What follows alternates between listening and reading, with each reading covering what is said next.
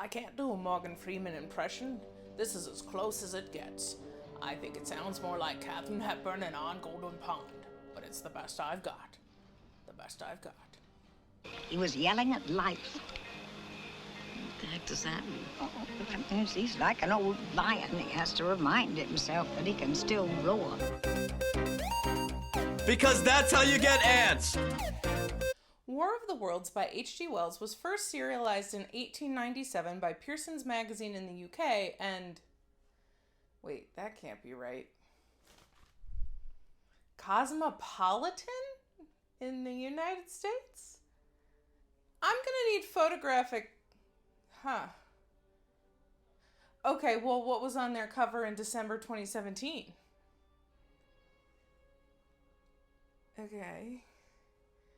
Do we need to talk about this? I feel like we need to talk about this. I'm not going to talk about this if you're not going to talk about this.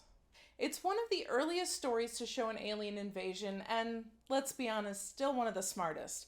Wells says the idea arose from a discussion about British imperialism. His question was, what if the Martians did to Earth what the British did to Tasmania? The book has remained a cultural and scientific influence.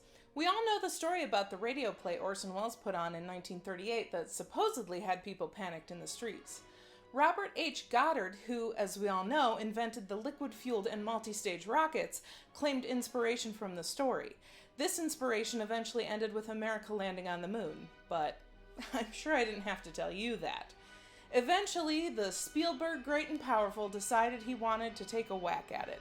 2005's War of the Worlds received Oscar nominations for Best Visual Effects, Best Sound Mixing, and Best Sound Editing.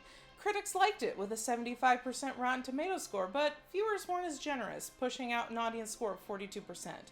With over a 30-point difference, something's up. Let's see if we can crash into anything nice to say about War of the Worlds. But first, my book. Live Like Legends. S'alright? S'alright. I'll start with a warning because this is the biggest thing I disliked about the film, and I want to be honest with you. If you can't stand a child screaming, in this case Dakota Fanning, no matter how many good things I say about this movie, you are going to have a bad time. This movie is nearly 2 hours long, and Dakota Fanning screams through probably at least 40% of it. Don't say I didn't warn you. One thing I wholeheartedly agree on with the critics is the sound design on this film. When the Martian tripods rise up from the ground, they have this sort of trumpet blast call that roars out over the city. It's so ominous that the Minnesota Vikings adopted it as their taunt when an opposing team has a third down.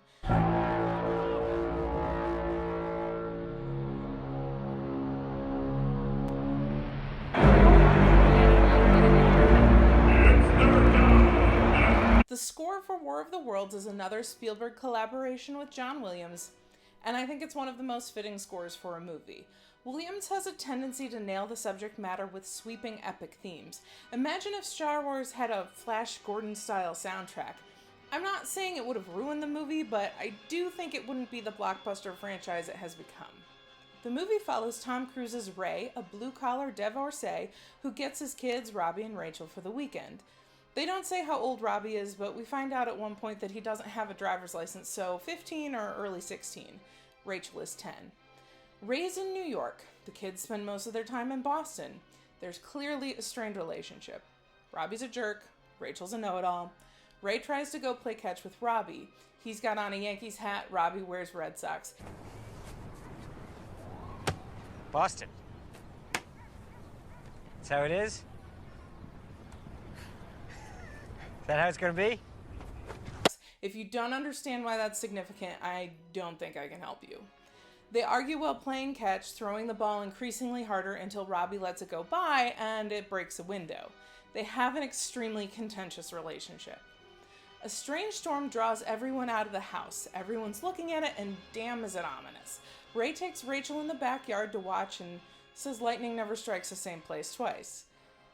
Except it does. It strikes 4 or 5 times in the same place, and you get this line, "Where's the thunder?" Where's the thunder? Something that this movie does amazingly is suspense. War of the Worlds isn't new. We all know where this is going. Part of the excitement of seeing this movie is modern effects technology updating what can be portrayed on screen. While that's done very well, there are plenty of times when we don't see what's coming that instills a different kind of fear. I really like some of these slow builds.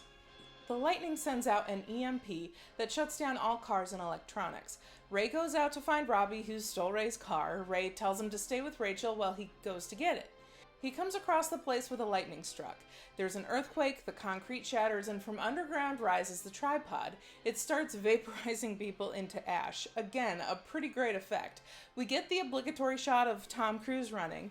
Someone gets vaporized right in front of him, and he runs through the cloud of ash. When he gets back, he's in shock. The kids ask him what's all over him, and he panics. They pack up, steal a car from a mechanic shop, and hit the road. As they drive off, the Bayonne Bridge is destroyed behind them. Another excellent set piece.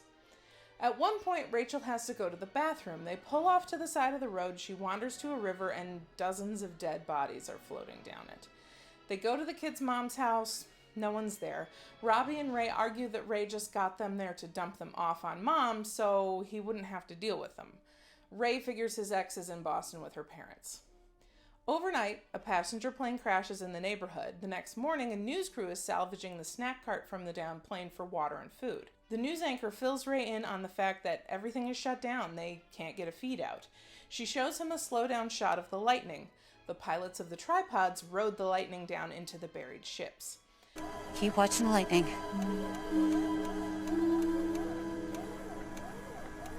What is that? They get back on the road, their car gets stolen by an angry mob. There's a horrifying scene where a train goes by completely on fire that actually kind of reminded me of the cows on fire in Mars Attacks.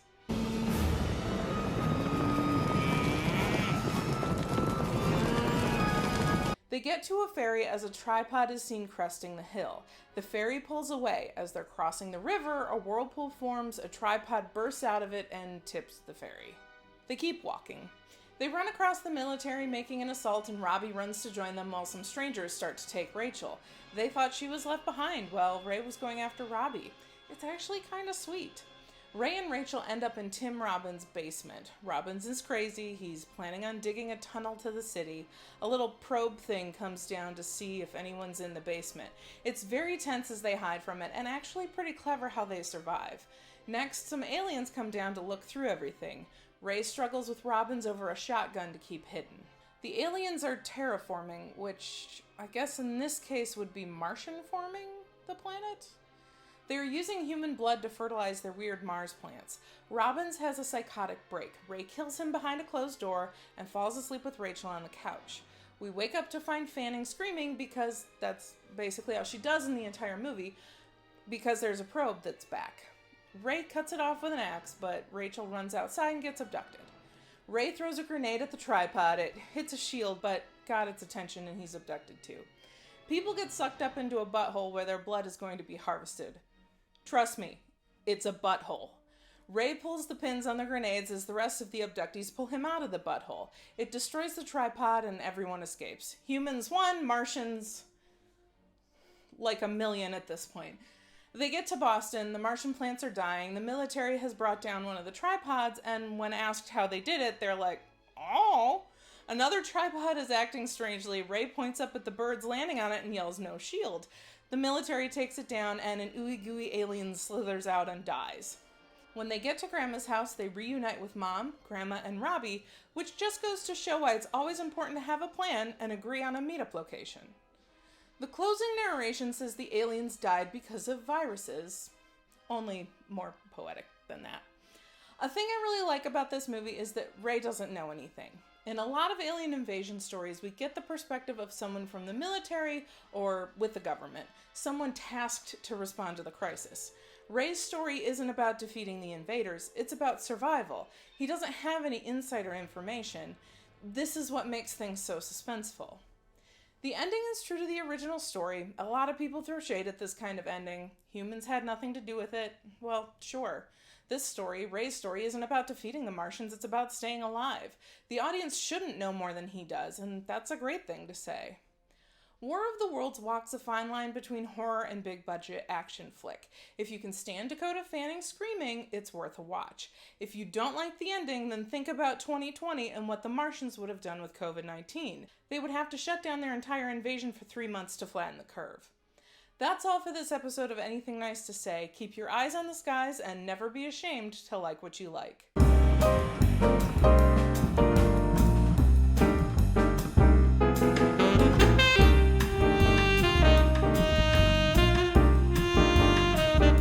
Be sure to like, share, and subscribe. If you have a movie you'd like us to review, drop it in the comments below. Subscribe to us on Patreon for exclusives, early access, and other stuff, like getting your names in the credits, and check out our merch store for merch. People get sucked into a butthole where their blood is going to be harvested. Oh, God.